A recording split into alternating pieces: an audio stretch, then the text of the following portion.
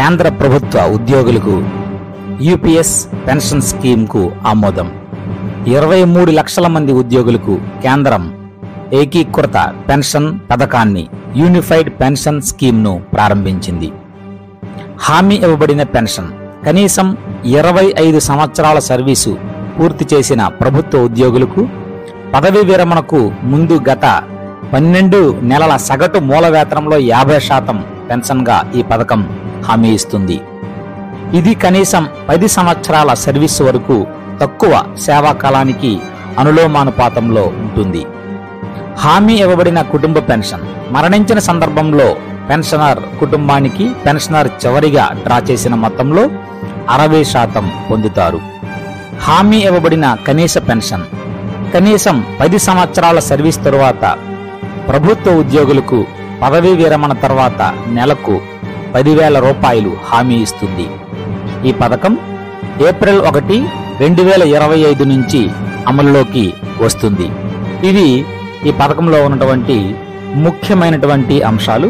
మరి ఈ పథకం పూర్తి వివరాలేంటో ఈరోజు ఈ వీడియో ద్వారా తెలుసుకుందాం. దీనికోసం మరి ఇటువంటి లేటెస్ట్ అప్డేట్స్ కోసం తప్పనిసరిగా ఛానల్ను లైక్ చేయండి, షేర్ చేయండి, సబ్స్క్రైబ్ చేయడం మాత్రం మర్చిపోవద్దు.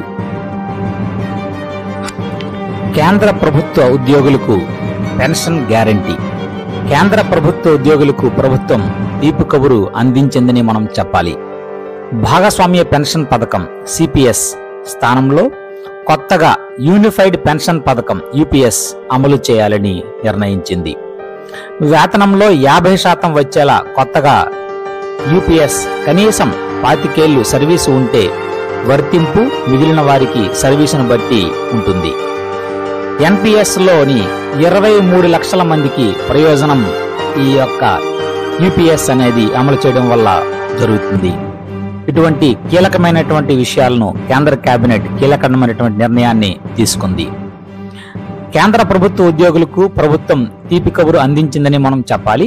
ఈ భాగస్వామ్య పెన్షన్ పథకం సిపిఎస్ స్థానంలో కొత్తగా యూనిఫైడ్ పెన్షన్ పథకం యూపీఎస్ అమలు చేయాలని నిర్ణయించింది. దీనివల్ల కనీసం 25 ఏళ్ల వయస్సు సర్వీసు పూర్తి చేసుకున్న ఉద్యోగులకు వేతనంలో 50% పెన్షన్ రానుంది. మిగిలిన వారికి సర్వీసును బట్టి పెన్షన్ వర్తిస్తుంది. కనీస పెన్షన్ రావాలంటే 10 ఏళ్ల సర్వీస్ పూర్తి చేసి ఉండాలి. భాగస్వామ్య పెన్షన్ పథకంలో భాగంగా నేషనల్ పెన్షన్ సిస్టంలో చేరిన 23 లక్షల మంది ఉద్యోగులకు ఈ కొత్త పథకం వర్తించనుంది. 2004 ఏప్రిల్ 1 తర్వాత సర్వీసులో చేరిన ఉద్యోగులకు ప్రస్తుతం ఈ ఎన్పిఎస్ అనేది వర్తిస్తోంది. వీరందరూ యూపీఎస్ పరిధిలోకి రానున్నారు. ప్రస్తుతం ఎన్పిఎస్ లో ఉద్యోగి జమ చేసే చందా ఆధారంగా పెన్షన్ వస్తోంది. అంతకుముందు చందాతో సంబంధం లేకుండా వేతనంలో 50% వరకు పెన్షన్ వచ్చేది. ఈ ఎన్పిఎస్ చందాదారులంతా యూపీఎస్ లోకి మారవచ్చు. వచ్చే ఆర్థిక సంవత్సరం ప్రారంభం అనగా 2025 ఏప్రిల్ 1 నుంచి ఈ యూపీఎస్ అమలులోకి వస్తుంది. మరి యూపీఎస్ లో ప్రధానమైనటువంటి అంశాలు ఏమున్నాయనేది ఒక్కొక్క దాని గురించి మనం తెలుసుకుందాం. పదవీ విరమణకు ముందు 12 నెలల్లో అందుకున్న మూల వేతన అంటే బేసిక్ లో సగటులో సగం పెన్షన్ అందుతుంది, అనగా 50% అందుతుంది. సగం పెన్షన్ అందుకోవాలంటే ఉండాల్సిన కనీస సర్వీసు 25 ఏళ్లు. పెన్షన్దారు మరణించాక వారి భాగస్వామికి పెన్షన్లో అందే శాతం 60%. ఉద్యోగికి అందించే కనీస పెన్షన్ 10,000 రూపాయలు. పెన్షన్కు అర్హత సాధించాలంటే కావాల్సిన కనీస సర్వీసు 10 ఏళ్లు. ఇవి ప్రధానమైనటువంటి ఈ యూపీఎస్ ఏదైతే ఉందో అందులో ఉన్నటువంటి ప్రధానమైనటువంటి అంశాలు. మరి ఇతర ప్రయోజనాలు కూడా ఒకసారి చూద్దాం. ద్రవ్యోల్బణ సూచీ లెక్క ఇది గ్యారంటీ పెన్షన్, గ్యారంటీ కుటుంబ పెన్షన్, గ్యారంటీ కనీస పెన్షన్ కు కరువు పరిహారాన్ని అంటే డియర్నెస్ రిలీఫ్, పారిశ్రామిక కార్మికులకు వర్తింపచేసే అఖిల భారత వినియోగదారుల సూచి ఆధారంగా నిర్ణయిస్తారు. గ్రాట్యుటీకి అదనంగా పదవీ విరమణ చేసిన రోజున ఏక మొత్తం చెల్లించే విధంగా కేంద్ర ప్రభుత్వం ఒక నిర్ణయం తీసుకుంది. ఇది నెల వేతన మొత్తంలో వేతనం ప్లస్ డిఏ 10వ వంతును లెక్కగట్టి చెల్లిస్తారు. దీనికి ప్రతి 6 నెలల సర్వీసును ఒక యూనిట్ గా పరిగణనలోకి తీసుకుంటారు. ఈ చెల్లింపునకు పెన్షన్ కు ఎటువంటి సంబంధం లేదు. దీనివల్ల పెన్షన్ అనేది తగ్గదు.